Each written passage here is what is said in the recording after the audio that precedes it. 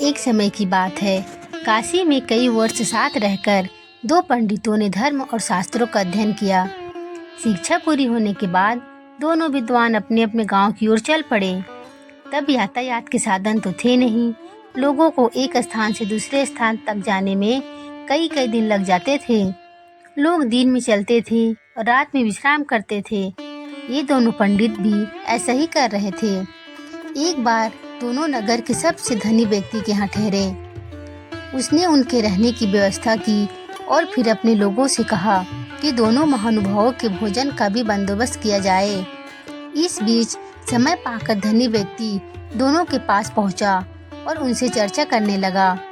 धनी व्यक्ति अनुभवी था। वह जान गया कि दोनों पंडितों में बहुत ज्यादा घमंड है। साथ ही दोनों एक दूसरे को मूर्ख समझते हैं। उन्होंने दोनों से अलग अलग बात कर एक दूसरे के बारे में भी पूछा। जो जवाब मिले वो धनी व्यक्ति को दुखी कर गए।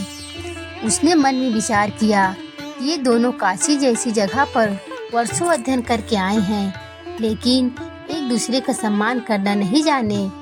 बहरहाल भोजन का समय हो गया था। धनी व्यक्ति ने दोनों को बड़े आदर पूर्वक भोजन कक्ष में बुलाया। एक की थाली में चारा और दूसरे की थाली में भूसा परोसा। यह देखकर दोनों पंडित आग बबूला हो गए। गुस्से में आकर कहने लगे कि क्या हम जानवर हैं जो यह चारा और भूसा खाएंगे? धनी होकर तुम हमारा अपमान कर रहे हो। यह लक्ष्मी द्वारा सरस्वती का अपमान है। इस पर उन्होंने बड़ी ही शांति से जवाब दिया। एक को थाली में चारा और दूसरे को भूसा परोसा गया है। इसमें मेरा कोई कसूर नहीं है।